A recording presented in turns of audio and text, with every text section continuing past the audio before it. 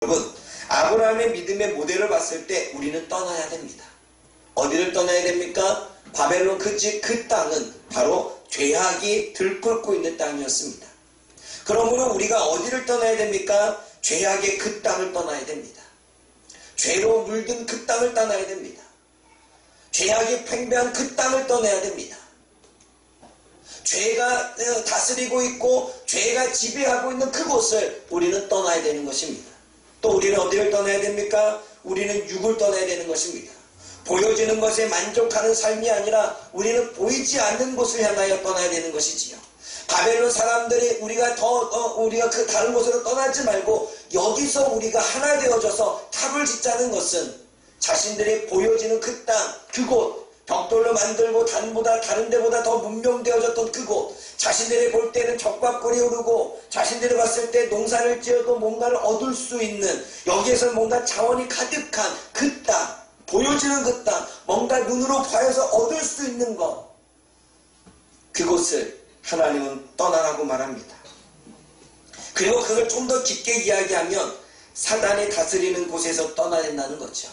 그것은 지옥이었다는 것입니다. 많은 사람들이 많은 것을 누리고 있었지만 행복하지는 않았습니다.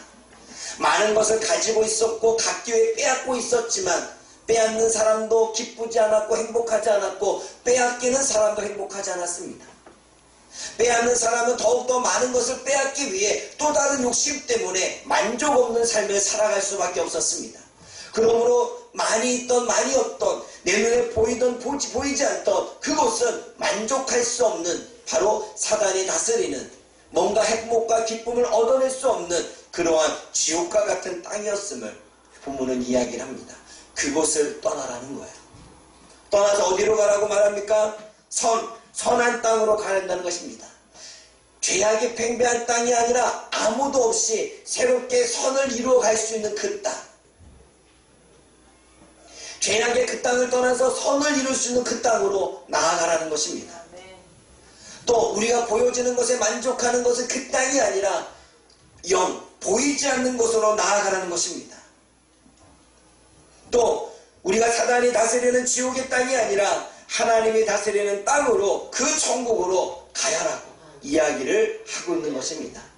그러므로 믿음의 사람은 우리는 죄를 떠나야 되고 육을 떠나야 되고 그리고 우리는 지옥이 아닌 천국을 향하여 나아가야 될 줄 믿습니다. 이게 아브라함에게 보여주셨던, 아브라함에게 말씀하셨던 믿음의 여정의 이야기셨습니다. 그러므로 지금도 우리가 이 세상에서 믿음의 여정을 살아가고 있는 그리스도인들은 여전히 죄 가운데서 떠나야 됩니다. 하나님의 성경 66권에서 우리에게 계속 얘기하는 것은 죄악에서 떠나라, 죄에서 떠나라 계속 말씀하고 있습니다. 죄 가운데 살아가는 자는 구원이 없기에 죄에서 떠나라, 죄 가운데 살아가면 고난만 있기에 죄에서 떠나라, 계속 주님께서는 죄와 죄악에서 떠날 것을 그리스도인들에게 말씀하고 있습니다. 뿐만 아니라 갈라디아서 말씀을 보게 되면 너희들이 육의 소욕을 쫓지 말고 영의 소욕을 쫓아라. 너희들은 육의 사람이 아니라 세상의 것으로 만족할 게 아니라 보여지는 것으로 만족할 게 아니라 보여지는 것으로 다 누리는 게 아니라 보이지 않는 것을 통해서 누릴 수 있는, 보이지 않는 것을 쫓아가는 영의 사람으로 살아가라. 계속해서 믿음의 사람들에게 이야기를 하고 있는 것입니다. 그러므로 하나님께서 저와 여러분들에게 지옥을 가라고 합니까? 천국을 가라고 합니까? 그렇죠. 하나님은 지금 믿음의 사람들에게 천국을 향하여, 하나님이 다스리고 있는 그곳을 향하여 가라고 계속 말씀하고 있는 것입니다. 그러므로 아브라함의 믿음의 여정은, 아브라함의 믿음의 자리로 부르심은 곧 저와 여러분들의 부르심과도 같다는 것입니다. 그런데 부르심 받은 사람은 아브라함뿐만이 아닙니다. 여러분 마태복음 4장 18절과 22절 말씀을 보면 베드로와 시몬과 야고보와 요한을 하나님이 부르시는데, 예수님이 부르시는데 그들이 어떻게 하는지 보십시오. 우리 한번 찾아봅니다. 마태복음 4장 18절에서 22절입니다.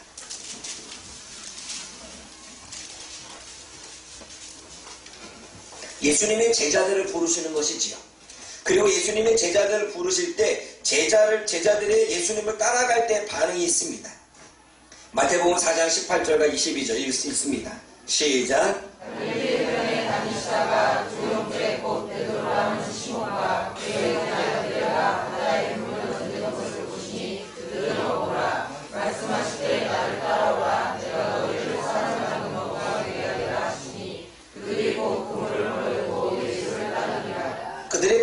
예수님을 따라갔다는 것은 그들이 그 자리를 떠나서 갔다는 아브라함과 동일한 것입니다.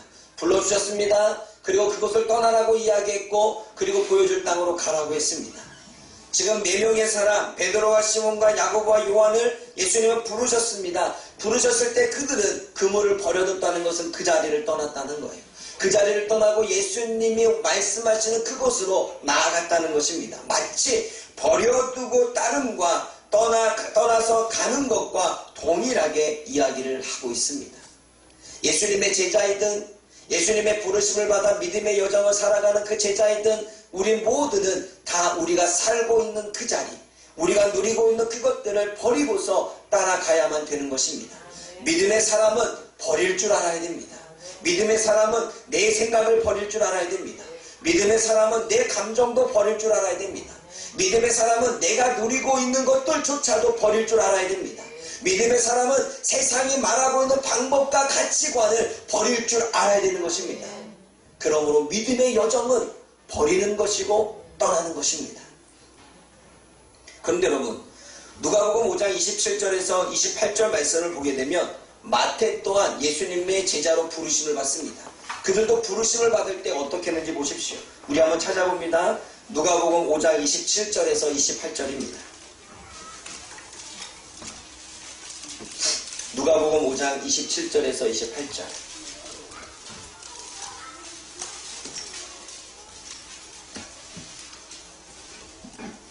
함께 읽어봅니다. 시작. 후에 예수께서 나가사 내게가 있으리가 세관에 앉아 이것을 보시고 따르라 하시니 그가 모든 것을 버리고 일어나 따르니라. 지금 마태는 세리장이었습니다. 여러분, 세리장이 무엇이냐면 세금을 걷는 사람입니다. 그러나 정정당당하게 세금을 걷으면 상관이 없는데 그는 자기의 필요에 따라 누구는 세금을 많이 걷고 누구는 적게 걷고, 세금을 많이 내야 될 사람에게 적게 걷어서 나머지 뒷돈을 챙기는, 그리고 유대인들에게 세금을 거둠으로 인해서 로마 사람들에게 잘 보여서 한 자리를 차지하는 사람이 바로 마태였습니다. 지금 마태가 그것을 버려두었다는 것은 자신의 자리를 버려뒀다는 것입니다. 그리고 마태가 그것을 떠났다는 것은 자신이 뒷돈을 받아서 불을 채울 수 있는 그 자리를, 그 땅을, 그곳을 떠났다는 것입니다. 그 모든 것들을 버려두고 예수님을 따라갔다는 것은 이전의 삶과 이전의 생각과 이전의 삶의 방식을 버리고 그는 예수님이 말씀하시는 삶의 방식으로 나아갔다라고 본문은 이야기를 하고 있는 것입니다. 그러므로 믿음의 여정은 계속 버려야 되는 것입니다. 믿음의 여정은 우리가 살고 있었던 삶의 방식들을 계속 떠나야 되는 것입니다.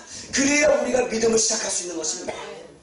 그러나 여전히 우리가 삶의 방식을 버리지 않고 떠나지 않고 그곳에 머물러 있다면 우리는 믿음의 여정조차 시작하지 못한 것입니다. 아브라함이 믿음의 여정을 시작하는 것은 떠날 때였습니다. 아브라함이 믿음의 여정을 시작하는 것은 그 땅을 떠나서 보여줄 땅으로 가는 여정을 시작할 때였습니다. 우리가 믿음이라고 하는 것은 내 삶의 방식과 나의 생각과 나의 감정과 나의 삶의 터전과 나의 가치관, 이 모든 것들을 다 뒤로한 채 하나님이 말씀하시는 것으로 나아가려고 하는 여정을 시작할 때의 믿음의 여정이 시작된 것입니다. 그러므로 어떠한 사람은 여전히 믿음의 여정을 시작하지 못하고 부르심을 받았지만 여전히 출발하시고 여기 있어요. 그래서 여전히 그 땅에 머물러 있어요. 왠지 떠나기가 아까운 거지요. 그것을 버리기가 아깝고 그것을 내려놓기가 쉽지 않고 고향을 떠나서, 아버지를 떠나서, 가족들을 떠나서 떠난다는 게 두렵고, 그 땅에서는 벽돌집에 살 수 있고 많은 것을 누릴 수 있는데 막상 떠나면 내가 아무것도 누릴 수 없으니까 떠나기 힘들어서, 그리고 그곳에 있으면 뭔가 내가 명예를 얻을 수 있고 다른 사람에게 뭔가 존경을 받을 수 있는데 그 명예와 존경을 떠나기가 너무나도 힘들어서 아직도 그 자리에 머물러 있어 믿음의 여정을 시작하지 못한 그리스도인들도 너무나 많다는 사실입니다. 그러나 믿음의 여정을 시작하지만 중간에 너무나도 힘드니까 포기하여 다시금 되돌아가려고 하는, 마치 이스라엘 백성들처럼. 여러분, 사도 바울이 빌립보서에서 뭐라고 말씀하시냐면, 자신은 유대인으로서 나는 유대인의 가르치는 모든 교육을 다 받았다. 그런 내가 살다 보니까 내가 육체를 신뢰하며 살았는데 이 육체를 신뢰할 만한 것이 못 되는구나. 그래서 나는 더 이상 육체를 신뢰하지 않겠다. 그리고 내가 그동안에 유익하다고 생각했던 이 세상의 방식들이, 그리고 나의 율법의 그러한 기준들이 내가 살다 보니 전혀 나에게 유익되지 않구나. 그래서 유익하다고 생각한 것을 내가 다 버리겠다. 그리고 나는 모든 것을 배설물로 여겨서 내가 그리스도 안에서 그리스도를 얻고 그분이 나를 발견하기를 원한다. 그렇게 빌립보서 3장의 이야기를 하고 있습니다. 믿음의 여정은 그런 것입니다. 믿음의 여정은 우리가 그동안의 진리라고 알고 있고 우리가 유익되다고 생각했던 이 모든 것들을 다 버릴 줄 아는 것. 그래서 전혀 다른 인생을 살고 전혀 다른 삶으로 나아가고자 결단하며 한 걸음 한 걸음 한 걸음 내딛는 것, 그것이 믿음의 여정이라고 하는 사실입니다. 그러나 우리 또한 믿음의 여정을 내딛기가 쉽지가 않죠. 생각해 보십시오. 여러분들에게 지금에 있는 삶의 방식을 다 버리러 간다면 그거를 끊어내기가 너무나도 어렵습니다. 그래서 시작조차 못하지요. 여러분들이 가지고 있는 걸 다 내려놓는다고 한다면, 하나님의 말씀을 따라 그것을 나눠주라고 했을 때 다 나눠준다고 원한다면, 그것은 내가 그동안에 벌었고 힘들게 벌어왔기에 그것을 나눠주는 것이 어렵기에, 두렵고 괴롭기에 쉽게 그 길을 떠나가지 못하는 거예요. 그럼 여러분, 아브라함은 쉬웠겠습니까? 그나마 여러분, 우리는 여기 교화에서 조금 시골로 내려가도 요즘 시골도요 아파트 다 있고요. 요즘 시골은요 아파트면 있는 이마트 다 있어. 이마트 어디를 가든 다 있더라고요. 아브라함의 이 시대에는 아무것도 없는, 천막밖에 없는, 그리고 어디서 물을 구하기도 힘든, 그런데 그가 벽돌, 그것을 다 얻을 수 있고 양식도 구할 수 있고 누릴 수 있는 그곳을 떠나서 간다는 것이 쉽겠습니까? 믿음의 여정은 쉬운 게 아닙니다. 믿음의 여정은 정말 대단한 결단과 각오가 있어야 가능한 것입니다. 믿음의 여정은 정말로 우리가 생각하는 것처럼 간단한 게 아닙니다. 그런데도 불구하고 하나님은 저와 여러분들에게 믿음의 자리로 부르시고 있다는 거예요. 왜냐하면 믿음의 자리로 부르셔야 그 땅에서 멸망받지 않기 때문에 그렇습니다. 결국 바벨론은 멸망을 당했고 바벨론은 멸망을 당하자 그 땅은 황폐하게 되는 것을 보게 됩니다. 하나님은 우리가 황폐해지지 않도록, 우리가 멸망당하지 않도록 하나님은 저와 여러분들을 천국으로 부르시고 있는 것입니다. 그러기에 우리는 믿음의 자리에 갈 수밖에 없고, 그 믿음의 자리에 가기 위해서는 우리는 수없이 많은 것들을 내려놓는 것이 필요하다는 사실이죠. 그러므로 여러분, 이 부르심 받은 사람은 베드로와 시몬, 야고보와 요한, 마태와 사도 바울뿐만이 아닙니다. 성경에 나왔던 노아와 다윗과 모세와 선지자들 또한 그들의 부르심을 받았을 때에는 그들은 자신의 삶의 모든 방식을 다 내려놓고 하나님의 말씀을 따라서 그가 원하는 대로 가는 그러한 모습을 우리는 보게 되는 거지요. 믿음의 여정은 다 그런 것입니다. 이 시대에도 수없이 많은 사람들을 믿음의 자리로 불러낼 때에는 그들은 믿음을 시작하려고 하는 그 순간에 우리는 많은 것들을 내려놓기 시작해야 됩니다. 여러분, 그거 아십니까? 믿음의 자리를 가는 것은 나에게 무익한 그 땅, 현재를 떠나 약속의 땅, 천국, 미래를 향해 나아가는 것입니다. 여러분, 하나님이 저에게 개척을 이야기하셨을 때 제가 개척을 딱 시작하는 그 순간 저에게는 아무것도 가진 것이 없었습니다. 그리고 아무도 도울 자도 없었습니다.